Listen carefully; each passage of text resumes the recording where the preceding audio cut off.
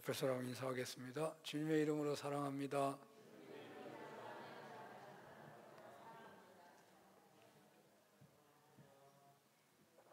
지난주에 교회 47주년 창립감사 주일로 지키면서 종말론에 대한 말씀을 전한 바가 있습니다. 예수님께서 십자가를 지신 것이 메시아의 삶으로서 최고의 정점이었고, 바로 그 십자가를 감당하신 능력이 종말론적 신앙이라고 한다면, 오늘날 약해질 대로 약해진 신앙심, 신앙 우정을 나누며 오랜 세월 지켜온 교회를 다니는 신앙생활조차 힘들어하는 그런 경향성이 나타나고 있는 우리들에게 종말론적 신앙이라는 것은 너무나도 사모해야 할 신앙이다 라는 말씀을 했었습니다. 그래서 예수님께서 말씀하신 종말의 징표가 그 횟수와 위력이 더 광대해지고, 수치상으로도 이 미전도 종족 선교가 완결되어 가는 듯이 보여지는 때가 되었기에 초대교회의 종말론적 신앙을 본받아 오늘 우리는 우리 세대에 주님이 오실 것을 믿고 고대하며 최고의 충성으로, 최고의 성결함으로, 최고의 주님 만날 설레임으로 다음 세대를, 교회를 떠난 신도들을, 가나안 신자들을 주님 품으로 이끌기 위해서 5달란트 받은 사람처럼 충성해야 하겠다라는 말씀을 전한 바가 있습니다. 그리고 초대교회 종말론적 신앙을 본받는 깃발을 내걸고 이곳에 세워주신, 교회에 세워주신 예수님을 머리로 하여 한마음으로 사는 교회 희년성취를 향하여 나아갑시다 라고 했었습니다. 그런데요, 초대교회의 처음 시작은요, 종말론적 신앙보다는 부활체험 신앙이 먼저라고 할 수 있습니다. 교회의 탄생은 예수님의 부활을 체험한 사람들이 모이게 되었고, 그들이 예수님의 부활을 증거하는 중에 주님의 당부 따라 부르짖어 기도하였고, 그리고 약속하신 성령 강림을 체험하게 되어 교회 공동체가 탄생하게 된 것입니다. 그리고 그렇게 당부하시고 승천하신 예수님께서 곧 오신다고 약속하셔서 종말론적 신앙으로 무장하여 그렇게 충성했던 것입니다. 그러니까 초대교회 능력 있는 신앙의 본질은 부활신앙과 종말신앙이 되는 것입니다. 교회 창립 기념이란 본래 한 번 예배하는 것으로 끝난다고 하기는 좀 중요한 그런 날이라고 하겠지요. 저희들이 젊은, 이게 좀 우리 모두가 나이가 많아졌잖아요. 제가 좀 어렸을 때는 교회 창립 날은, 창립의 행사는 보통 한 달 막 찬양 축제, 말씀 축제, 무슨 예술 축제, 연극 축제, 강연회, 부흥회 막 다 하곤 했었는데요. 오늘날은 도대체가 모이기조차 힘든 시대니까 감당이 어렵다는 생각이 들지만, 창립을 생각하면서 설교하는 것은 2번 할 수 있겠다 하는 생각이 듭니다. 교회 창립의 중심 주제는, 신앙 주제는 초대교회 능력 있는 신앙을 본받자라고 한다면 아마 적절하지 않겠습니까? 그래서 지난 주간에는 종말론적 신앙 주제를 다뤘는데, 오늘은 부활신앙을 주제로 해서 오늘 주어진 말씀을 연결해 볼까 하는데요. 일단 이 부활신앙 이야기를 먼저 해야 할 것 같습니다. 그리고 그 부활신앙과 본문을 연관지어서 오늘의 주시는 말씀을 찾아오려고 합니다. 초대교회의 강력한 그 믿음의 능력은 부활 체험에서 왔다고 할 수 있는데, 그렇다면 부활을 체험한 신앙인들은 어떻게 살았던 것일까요? 부활하신 주님께서 제자들에게 나타나셔서 행하셨던 것을 생각해 보는 것이 좋겠죠.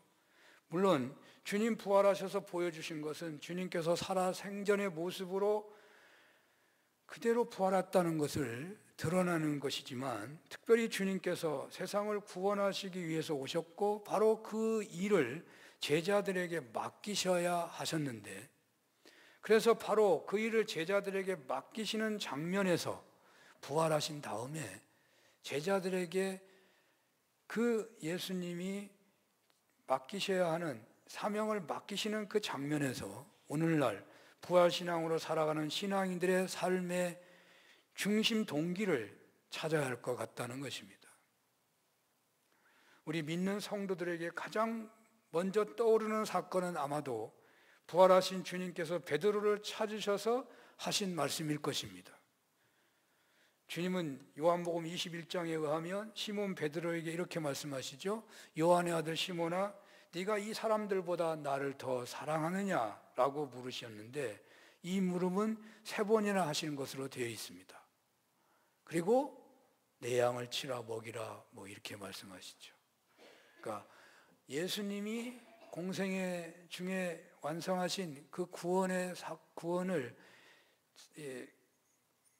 그 제자들에게 그 사명을 맡기고 있는 거거든요. 부활하셔서 나타나신 다음에. 주님은 베드로에게 원하셨던 것은 주님이 맡기신 생명구원을 위하여 복음을 전파하는 것이죠. 그런데 그 일을 감당하고자 한다면 주님을 사랑해야 한다는 것입니다. 주님을 사랑하는 고백으로 해야 한다는 것입니다. 주님이 오시기 전까지는 율법을 따름으로 구원의 길을 걸었습니다. 그러나 이제는 주님 주신 십자가와 부활의 은혜로 믿음으로 구원의 길을 가게 되었습니다. 믿음으로 구원의 길을 가는 신앙인들은 율법적인 행위를 따르면 좀 매우 어색한 것이죠. 가령 예수님 이전에 하나님께 드려졌던 예배는 율법에 따른 제사였습니다. 드리지 않으면 벌을 받기 때문에 두렵고 떨면서 드리는 제사였을 것입니다. 그러나 이제는 주님께 감사해서 주님을 사랑하기 때문에 주님과의 사랑의 교제를 위해서 예배드리는 것이죠. 혹 이 시간에 무슨 벌을 받을까 봐, 혹은 하는 사업이 잘 안 될까 봐 하나님 도와달라고 하는 그런 떨림으로 예배드리기보다 드리는 분이 있을지 모르겠는데, 그런 자세는 구약적으로 드리는 거고요. 우리가 드리는 예배는 주님을 사랑하기 때문에 주님과의 사랑의 교제를 원해서 예배드리는 것입니다. 마치 결혼하기 싫지만 엄하신 양 부모의 명령에 할 수 없이 남녀간에 만난다면 그거 억지로 만나는 거죠. 그러나 사랑하기 때문에 만나고 있다면 누가 방해한다 하더라도 만나지 않고는 견딜 수 없어서 늘 그 생각하면서 만나는 거잖아요. 이제 율법적인 태도로 주님께 영광을 돌린다면 결코 주님께 영광이 돌려지지 않겠죠. 이제는 이 신약 시대는 기뻐하고 감사하면서 주님께 영광을 돌리는 겁니다. 주님의 은혜에 너무 감사하기 때문에 주님을 사랑하는 마음이 충만해서 그 사랑의 태도로 신앙생활을 해야 하는 거예요.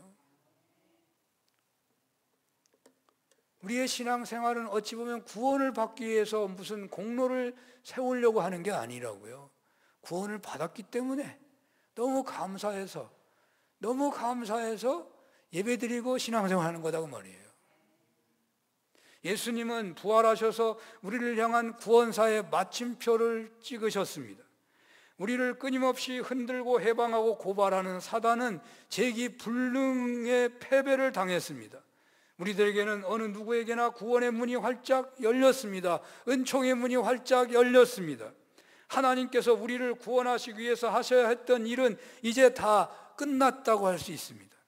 이제 우리가 해야 할 일이 남아있다고 볼 수 있는 거죠. 물론 여기서 하나님이 하실 일이 다 끝났다는 것은 그냥 우리들에게는 자동적으로 구원이 주어졌다거나 우리가 앞으로 어떻게 살든지 구원은 기계적으로 주어진다라는 뜻은 아닐 것입니다. 정확하게 이 설명을 하는 그 내용, 그런 이해를 찾기가 어렵습니다만은 학교에 다니는 그 입시생들을 생각해 본다면 그들에게 합격 통지가 그들이 원하는 대학, 그들이 전공하고 싶은 학과에 합격했다는 통지가 온 것과 같다라는 이런 생각을 해보고 싶습니다. 그 학생이 공부하여 학문에 업적을 남기든 어떤 직업을 취하든지 하겠지만 일단 그 학생이 세상에서 살아야 할 중요한 조건을 갖추게 되었다는 말로 이 예를 쓰고 이 예를 들고 싶은 것입니다. 하지만 이 학생이 대학을 다니다가 포기할 수도 있고 대학 졸업 후에 사업이나 회사 생활에서 실패할 수도 있을 것입니다. 그러나 한 사람이 성실하게 살아가기만 한다면 이 학생은 보통 사람으로서의 삶의 열매를 거두며 사는데 부족함이 없는 조건을 얻었다고 할 수 있을 것입니다. 대학 생활을 어떻게 보내고 사회생활을 어떻게 사느냐에 따라서 그의 세상에서 열매는 크게 달라질 수도 있다는 거죠. 부활 체험은 이렇게 우리네가 구원의 완성을 향하여 이 땅에서 살아가는 데 있어서 가장 중요한 신앙 조건을 갖춘 것이라고 할 수 있다는 말입니다. 또 그 사람은 어떤 일을 하든지 간에 궁극적으로 승리가 보장되어 있다는 말입니다.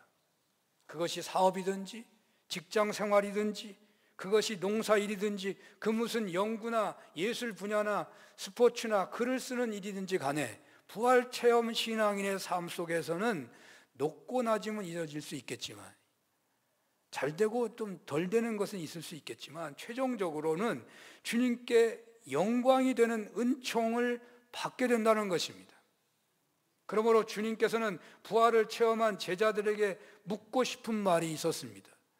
부활 체험한 자들은 주님께 분명히 여러 가지 모양으로 쓰임받게 될 터인데 그 열매를 풍성하게 맺기를 원하시기 때문에 주님은 부활 체험한 제자들에게 요구하시는 것이었습니다. 그게 뭐냐면 사랑이었다는 거예요. 주님을 사랑하는 고백 속에서 신앙생활을 하기를 원하셨다는 말입니다. 그래서 베드로에게 대표적인 체험을 허락하셨는데 그것은 3번이나 반복해서 물으신 네가 나를 사랑하느냐는 것이었습니다. 우리가 구원을 주님의 십자가의 은혜로 받았습니다. 율법의 행위로 구원받은 것이 아닙니다. 이제 우리는 율법을 지키듯이 하나님의 말씀을 지키지 않습니다. 구원을 받았으니 그 은혜에 감사하면서 구원을 주신 주님을 사랑하면서 그 사랑 때문에 주님의 말씀대로 살아가는 것입니다. 부활의 체험은 구원에 대한 확증이고 능력 있는 신앙생활을 가능하게 하는 중심 은혜입니다. 그러므로 주님은 우리에게 사랑을 요구하십니다. 베드로에게 사랑을 물으셨습니다. 그런데 이러한 베드로의 체험 같은 것이 구약 성경에서 이미 예표되었다라는 생각을 해보는 것이죠. 왜? 과거의 구약의 하나님이나 신약의 하나님은 같은 분이시니까. 왜 그 생각을 해요? 오늘 구약 성경을 본문으로 보니까 오늘 성경은 아마도 다윗이 하나님께 할 수 있는 최고의 사랑 고백이 아닌가 하는 생각을 해봅니다. 전쟁의 함성 소리에 잠이 깨고 수많은 병졸들이 죽어가는 것을 또는 적군이 죽어가는 것을 매일 보면서 하루하루를 살아가는 전쟁 용사에게 있어서 하나님에 대한 사랑의 고백은 아마도 오늘 본문 같은 고백이 되지 않을까 해집니다. 오늘 본문 한번 1절을 볼까요? 다 같이 읽어보겠습니다. 여호와는 나의 빛이요 나의 구원이시니 내가 누구를 두려워하리요. 여호와는 내 생명의 능력이시니 내가 누구를 무서워하리요. 아멘. 부활신앙으로 무장하여 능력 있는 신앙인이 되기를 소원하는 우리들에게 주님은 사랑 고백받기를 원하십니다. 사랑하는 여러분, 주님께서 베드로에게 물으신 것처럼 부활을 믿고 살아가는 여러분들에게 사랑 고백을 요구하신다면 여러분들은 어떻게 응답을 하시겠습니까? 요한의 아들 시몬아, 네가 다른 사람들보다 나를 더 사랑하느냐?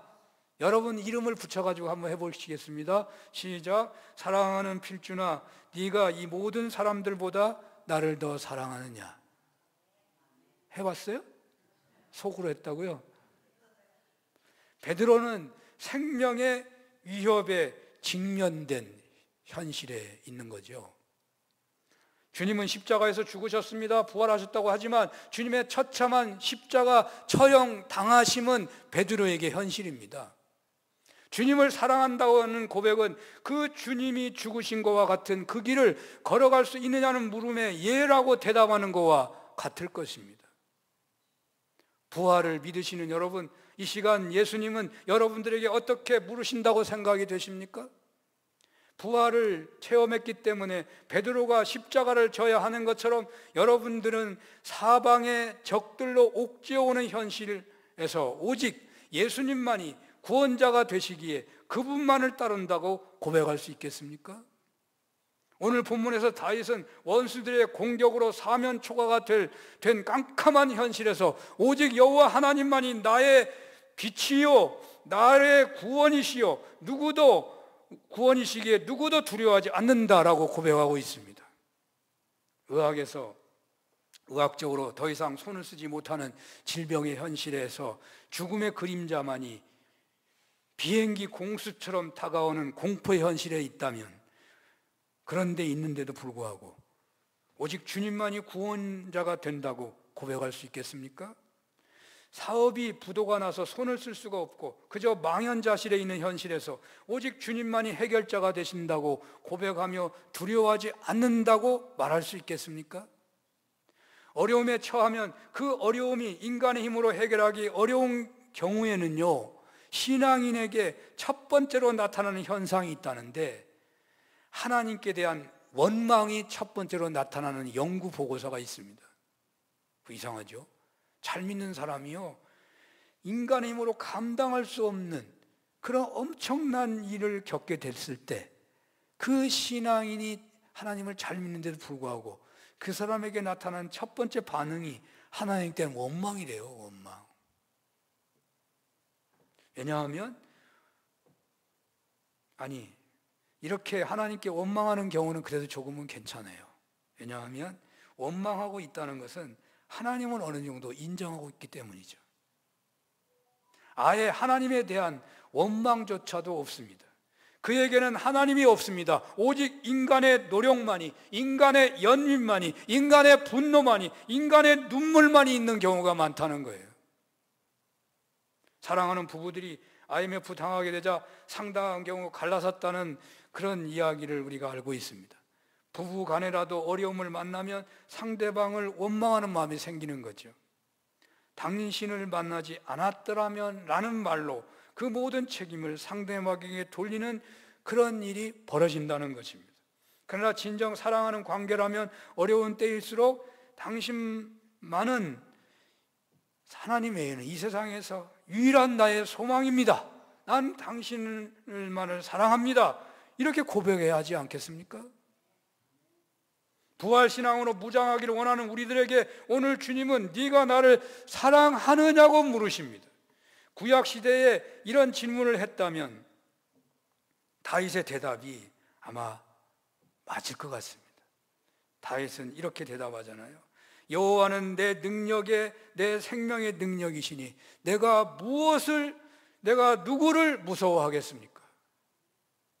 시편의 말씀은 대체로 하나님께서 시인에게 계시하는 말씀이기보다는 시인이 하나님께 드리는 고백의 말씀인 경우가 많습니다. 성령의 감동을 받은 종들이 하나님께 자신의 고백을 찬송으로 올려드리고 있는 것이죠. 그래서 어찌 보면 시편의 말씀으로는 직접 하나님의 말씀을 듣기보다는 자신이 시편의 말씀으로 하나님께 찬양을 올려드림으로 그 첫 고백자의 마음에 가깝게 진실하게 일치가 이루어졌을 때에 하나님께로부터 그 고백에 대해서 응답을 받는 식으로 은혜를 받는다고 보아야 할 것입니다. 부활신앙으로 무장하여 구원을 위한 모든 준비가 끝이 난 현실을 살아가는 우리들은 어떤 고백을 그렇다면 하고 살아야 하겠습니까? 여호와는 내 생명의 능력이시니 내가 누구를 두려워하리요? 다윗은 지금 원수들에게 둘러싸여 있습니다. 아주 심각한 위기 상황에 처하여 있는 것입니다. 그처럼 급박한 위기 상황에서 두려워하거나 무서워하지 않는다고 선언하고 있는 것이죠. 오늘날도요, 우리에게 이러한 위기가 와 있는 사람이 많을 거예요. 부활신앙인은 어떻게 말한다고요? 여호와는 내 생명의 능력이시니 내가 누구를 무서워하리요 한다는 거예요. 결혼하는 분들이 서약을 합니다. 그런데 그 서약의 내용의 중심에는 상대방을 어떤 현실에 놓이게 된다고 하더라도, 병들거나 어려움에 처한다 해도 변함없이 사랑한다는 고백을 합니다. 주님에 대한 사랑의 고백도 그렇습니다. 위기에 처했을 때에 그 사랑이 진실한지 아닌지가 판가름 나는 것입니다. 오늘 본문을 통하여 우리들에게 전해지는 말씀을 생각해 본다면, 저는 위기에 처한 상황에서도 하나님께서는 여전히 우리에게 당신을 사랑하느냐고 물으신다는 것입니다. 부활신앙으로 무장하신 여러분들에게 이 시간 주님께서는 어려움 가운데 있는 여러분들에게 역시 사랑의 고백을 물으신다는 거예요. 여러분들은 어떤 말로 그 고백을 올려드릴 수 있겠습니까? 시편 시인은 어떤 환난에서도 두려워하거나 무서워하지 않겠다고 단호하게 고백하고 있습니다. 오직 구원하심은 여호와 하나님께 있기 때문이라는 것입니다. 다윗을 둘러치고 있는 환난은 일종의 어둠이라고 한다면 하나님은 빛이시라는 것입니다. 빛이신 하나님께서 함께 계시니 그는 환난을 두려워하거나 무서워하지 않는다는 것입니다. 다윗은 하나님의 구원과 생명, 하나님을 구원과 생명의 능력이라고 고백합니다. 구원과 생명의 능력. 여기 능력은 피난처라는 뜻이거든요. 요새가 된다는 말이에요. 그러므로 생명의 능력이란 생명의 보장입니다. 즉 하나님은 다윗의 생명을 안전하게 지키시는 보장이 되신다는 것이죠. 사무엘상 25장 29절을 보면 아비가일은 다윗의 생명이 여호와의 생명싸개에 쌓여 있다, 그런 말도 했어요. 여러분들 다 똑같다는 거예요. 어떤 위기에 있다 할지라도 하나님의 생명싸개에 여러분은 쌓여 있는 거예요. 2절을 보면요, 악인들이 내 살을 먹으려고 내게로 왔으나 나의 대적들, 나의 원수들인 그들은 실족하여 넘어졌다고 고백합니다. 악인들이 내 살을 먹으려고 왔다. 살을 먹는다, 살을. 그러니까 맹수처럼 다윗에게 달려들어서 공격하지만 번번이 원수들은 다윗 앞에서 실족하고 넘어지고 말았다는 것이죠. 그러므로 다윗은 환난 중에서도 결코 두려워하거나 무서워하지 않는다는 것입니다. 그렇습니다. 환난 중에 최고의 사랑의 고백은 무엇일까요? 살려주세요, 하나님 살려주세요 일까요?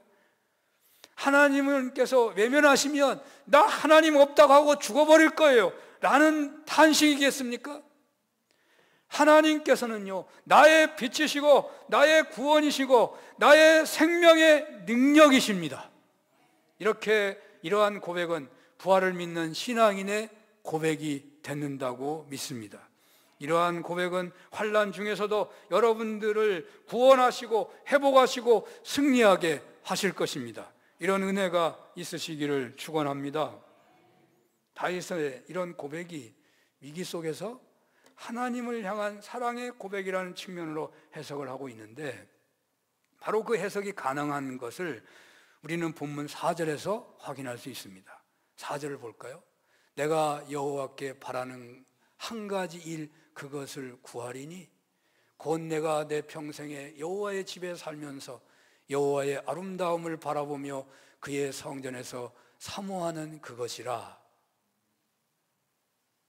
시인은 오직 한 가지 소원이 있는데, 그것은 평생 동안 여호와의 집에 거하며 하나님의 아름다움을 앙망하는 것이라고 찬양하고 있습니다.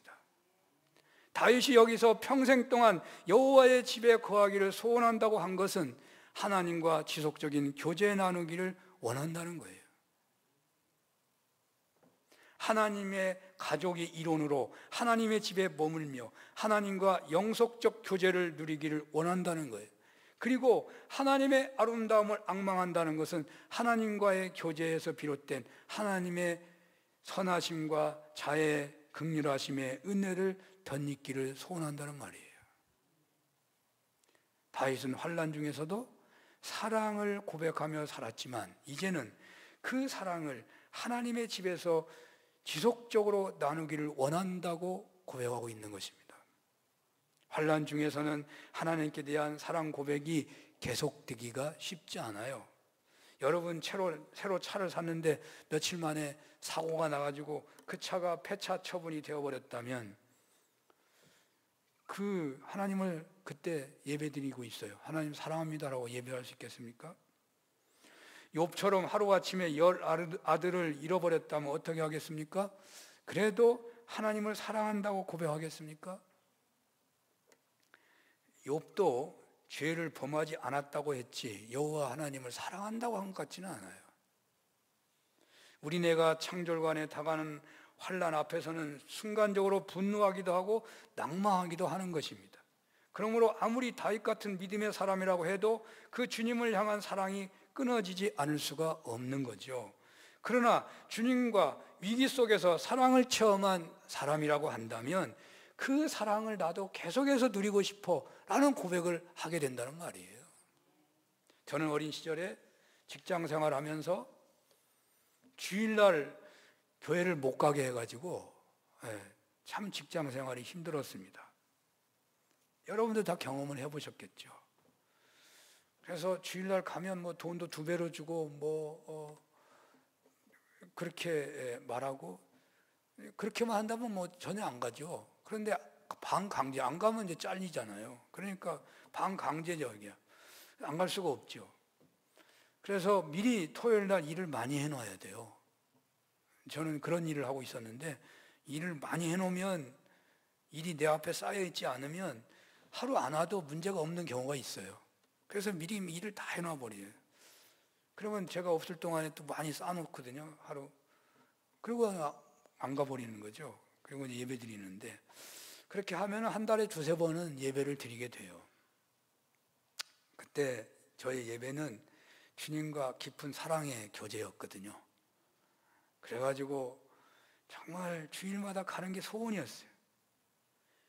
다윗은 이제 환난의 종식을 구하고 모든 대적들을 다 평정하고 성전에서 주님과 영속적인 교제 나누기를 소원한다는 거예요. 그렇습니다. 주님과 사랑의 교제를 나눈 체험이 있는 분들은 언제나 지속적인 사랑의 교제를 소원하게 돼 있어요. 그래서요, 새벽에 나와서 기도하는 거 아니겠어요? 새벽 기도를 하면서 주님과 교제가 영속적인 교제가 완성되는 거다. 그렇게 말할 수는 없겠죠. 수도원에 들어가가지고 노동과 기도를 매일 한다고 시간 정해놓고 한다고 해서 그 갈증이 해소되는 건 아니겠지만 어쨌든 주님과 사랑의 교제를 체험한 수준으로 신앙생활하는 분들의 소원은 주님과 더욱 가까이 지속적으로 사랑의 교제를 나누기를 소원하게 된다는 거예요.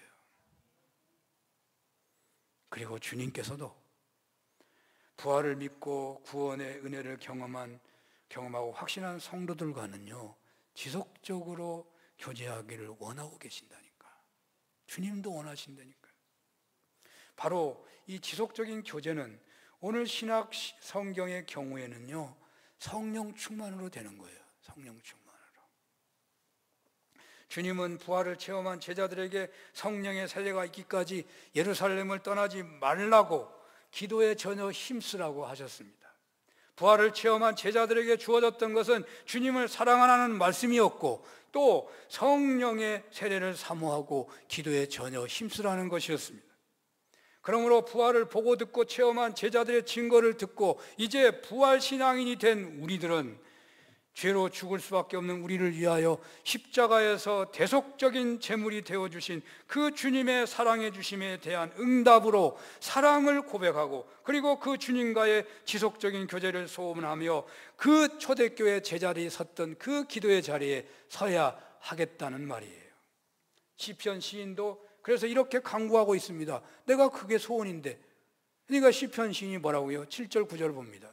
여호와여 내가 소리내어 부르짖을 때 들으시고 또한 나를 긍휼히 여기사 응답하소서.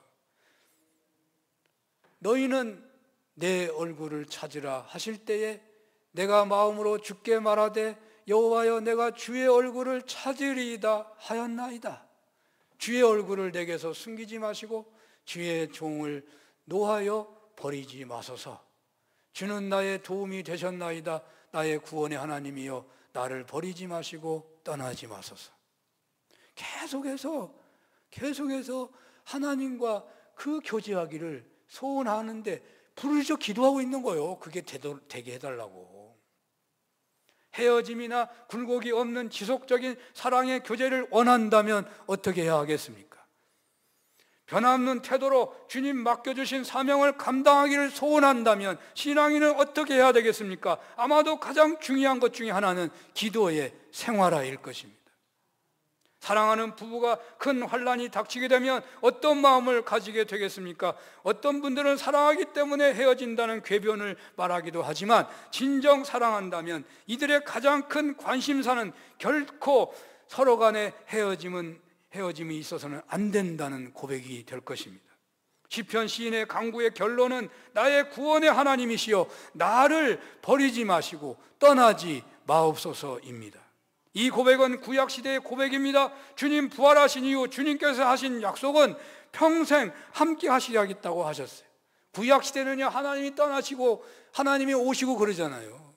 그러나 신약시대에는요 예수님이 부활 승천한 이후에는요 주님이 평생 우리와 계속해서 함께 계실 수 있어요. 왜? 성령이 오셨으니까. 그러니까 이 다윗의 기도는요 오늘날로 말한다면 떠나지 마시소가 아니고 항상 함께 해달라는 기도가 되는 거죠. 구약시대는 떠나곤 하셨으니까 떠나지 말라고 하는 기도라면 지금은요 항상 함께 하기를 위한 기도가 된다고 말이에요. 주님 부활하신 이후 주님께서 하신 약속은 평생 계속해서 너희와 함께 하시겠다는 약속이잖아요. 너희가 가서 우리가 잘 아는 대로 나온 말씀이 있잖아요. 너희가 가서 모든 민족을 제자로 삼아 아버지와 아들과 성령 이름으로 세례를 베풀고 내가 너희에게 분부한 모든 것을 가르쳐 지키게 하라. 볼지어다 내가 세상 끝날까지 너희와 항상 함께 있으리라. 그렇다면 오늘날 지속적인 사랑의 교제를 위하여 간구해야 할 기도의 제목은 무엇이겠습니까? 정말 부활신앙의 능력으로 살아가기를 원한다면 어떤 기도 제목으로 기도해야 하겠습니까? 나의 모든 삶의 전 영역에서 주님을 증거하는 역사가 이루어지기를 소원하며 기도하는 것 아니겠습니까? 주님 나를 떠나지 말라고 기도하는 수준이 아니라 교회 공동체를 통해서 하나님 나라를 확장하시고자 하시는 그 뜻에 쓰임받게 해달라고 하는 기도 제목이 아니겠습니까? 사는 교회 세워주신 하나님께 교회 공동체를 통해서 하나님 나라를 확장하시고자 하시는 그 뜻에 쓰임받게 해달라고 마가 다락방 본받아 기도하는 그 기도가 아니겠습니까? 그리하여 다이아만트 같은 능력 있는 부활신앙인 허다한 제사장의 무리까지도 회개하고 돌아오는 부활신앙으로 쓰임받으시기를 축원합니다. 기도하겠습니다. 하나님 아버지, 창립의 계절을 보내면서 아버지여 믿음이 쇠약해져가는 오늘의 현실을 직시하며 종말론적 신앙, 부활신앙으로 하나님 일어나라고 우리에게 말씀해 주신 줄로 믿사오니 하나님 우리의 소원이 종말론적 신앙 또 부활신앙으로 무장하는 은혜가 있게 하여 주시옵소서. 예수님 이름으로 기도합니다. 아멘.